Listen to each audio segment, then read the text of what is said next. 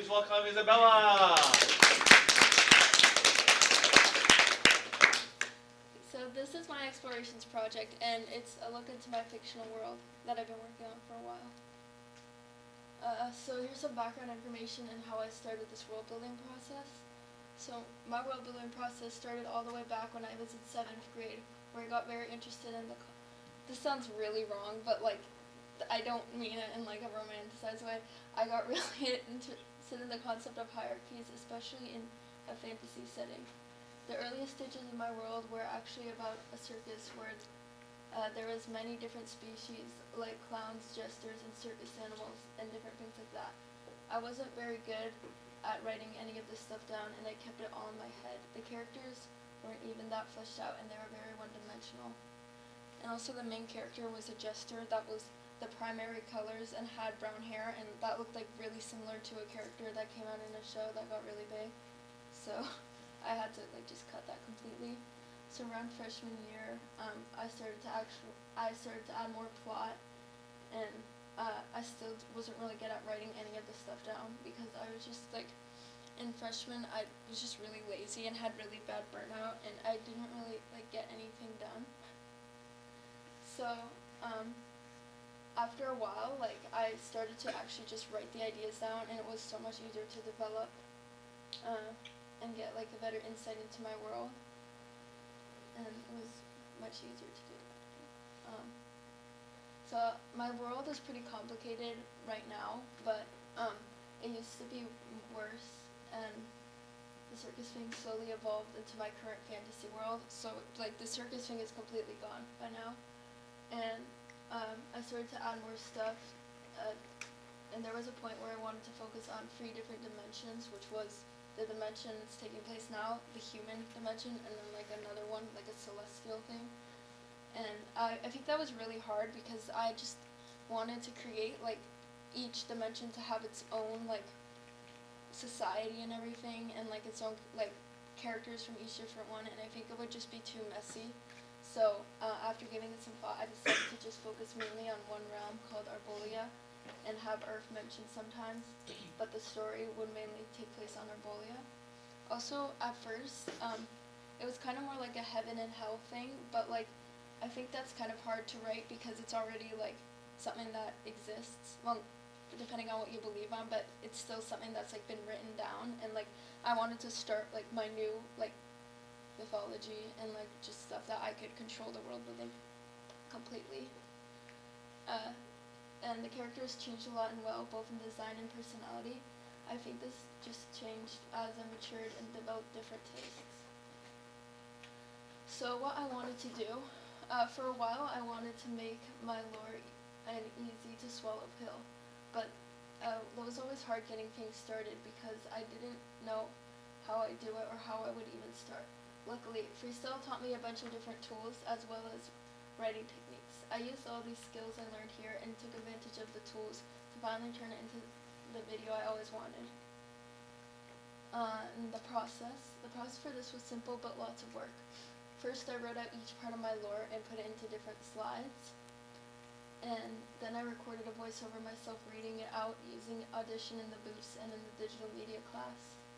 Third, I drew out all the assets that would be used for visuals using Procreate. This was the most time-consuming of all, as I needed to draw many different creatures and come up with designs. Oh, and I also used Photoshop. I used Photoshop and Procreate. And lastly, I put together in After Effects, and this part was a bit annoying, as there would be times where After Effects would crash and like delete some of my work, but I managed to push through and get it done. Like on the last day, for some reason After Effects it just crashed and it didn't save my work, and it deleted like a bunch of stuff I worked on. So I had to like lock in and do it all in like a small amount of time, but I managed to do it. So that's good. And this is what I learned. I think the hardest part about this project was just to force myself to do the hard parts. I knew some parts would be boring, but I also knew that in the end results would be satisfying, especially the more I tried. I just wanted to actually have this thing, and I wanted for so long. And I knew that if I pushed myself, it would turn out to be better.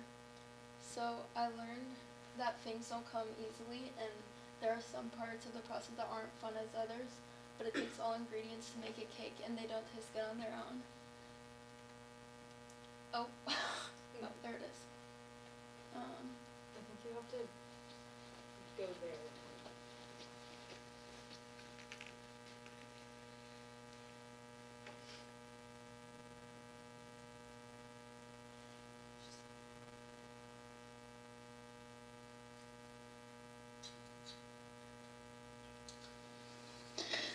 Around the year 500 BCE, when the world would start to form things like economy, politics, royalty, and war, this meant that corrupt people would die. Their souls would seep into a tree. Finally, after many deaths of corrupt people, the tree sprouted an awful beast, Triturnos, the god of corruption and power. He would create 7 henchmen from the 7 roots of the tree, representing each corrupt thing with humanity. Triturnos and his henchmen would rain terror and spread sin to humanity for several years. However, an 8th root would grow, creating a new species. This took too much power from the tree, and it weakened the powers of the others. This meant that divine beings could defeat him, and they sealed Triturnos and the others in a pocket realm for eternity.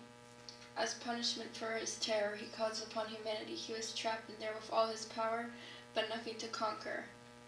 So he created a world of his own, a world where he would be the god and he could control everything. Arbolia has 8 different regions, 2 different islands, and 1 huge city in the center. 7 regions belong to 7 of the henchmen created by Triturnos when he tried to conquer Earth. Now the henchmen were known as the royals, and were considered the king or queen of their respected land. Triturnos modeled the lands of the royals' preferences and looks and gave them all a species, which would originate from the land and they'd be in charge of it. The 8th region is a circle that loops around Arbolia, and that's where the chromosprites live, a species that will be very important later. Terra Nexum is the city located in the center of Arbolia, has the most influence on the whole realm.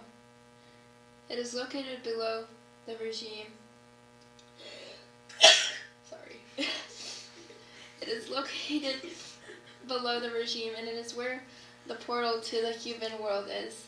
Although immortal beings made by Triturnos cannot travel, monsters and demons who are made in utero can.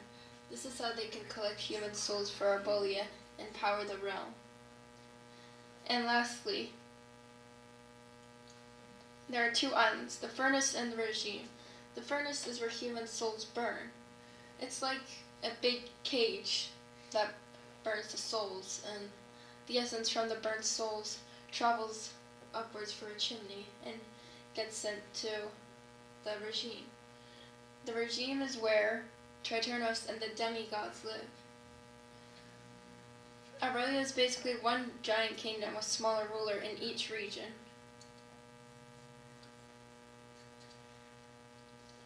It's important to note that Arbolia follows a strict hierarchy created by Triturnos.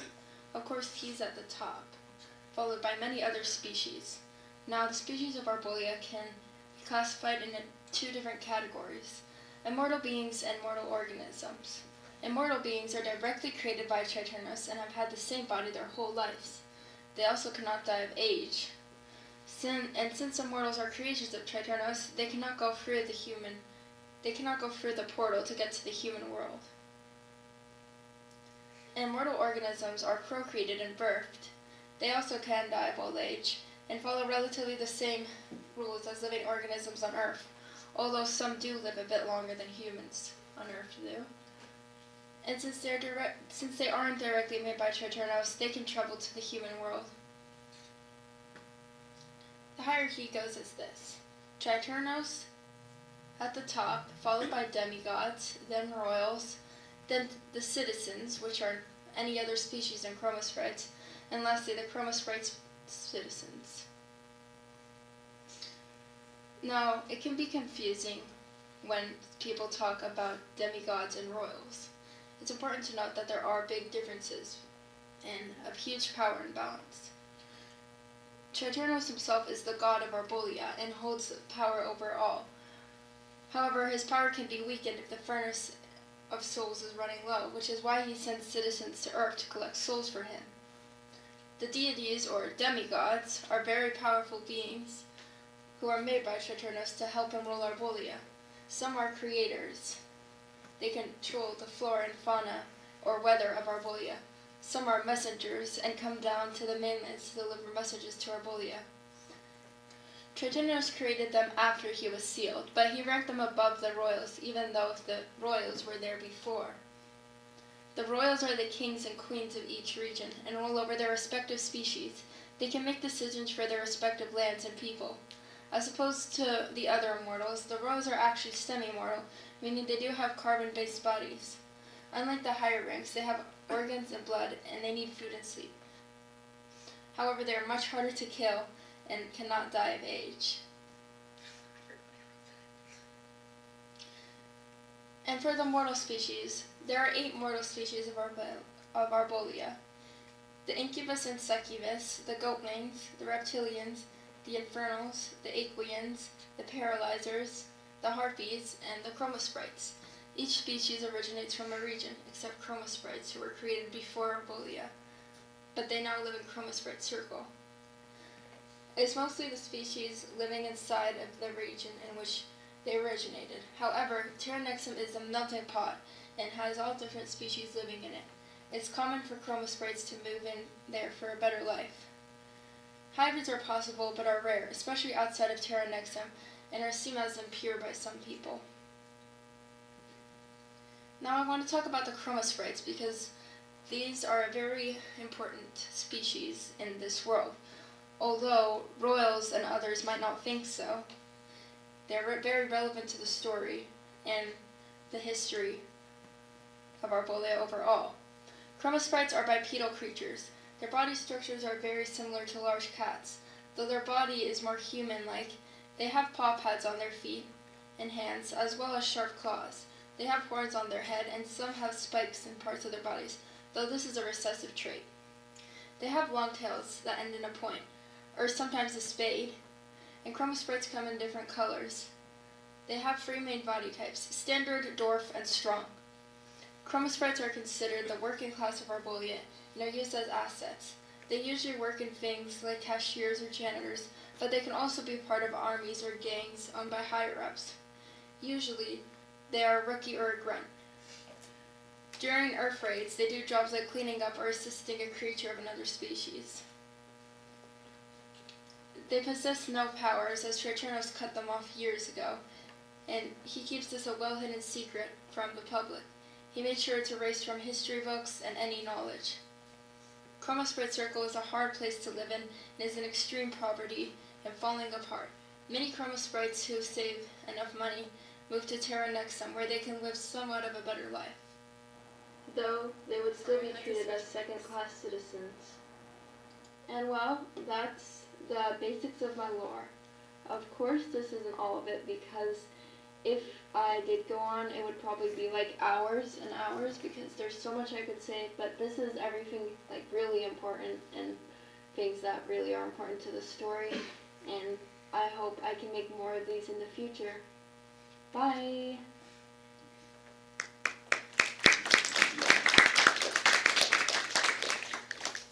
Okay, that was the video, and I think, yeah, I can take questions now. Annabelle?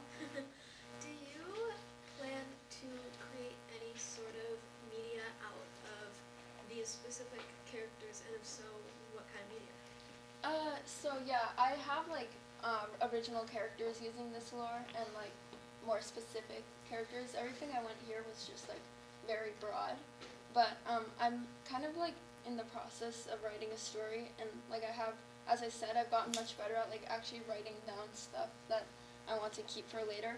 I think like my highest dreams for this are making it into a series, but I know like that requires lots of work, lots of money, and like lots of people working on it. So like if I ever get to that point, I'll be really happy, because I think for college I'm gonna go into like writing and like animating and things that are gonna help me with that. But yeah, I definitely want to do something like, or even just make more of these types of videos just explaining the lore and the stories and like posting it to like YouTube or something. I think that would help a lot. Yeah.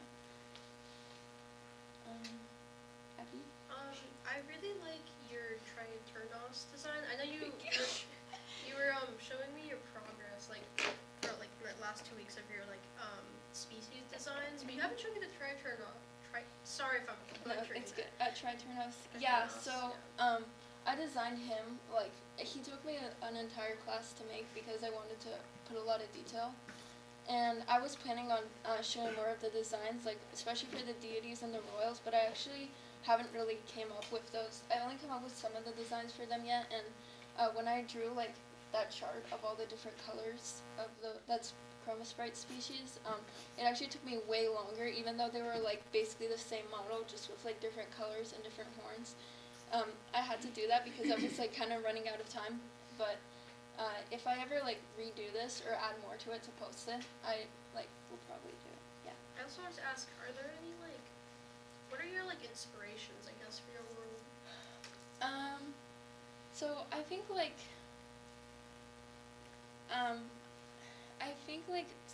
some kind of Arcane with the story of the oppression.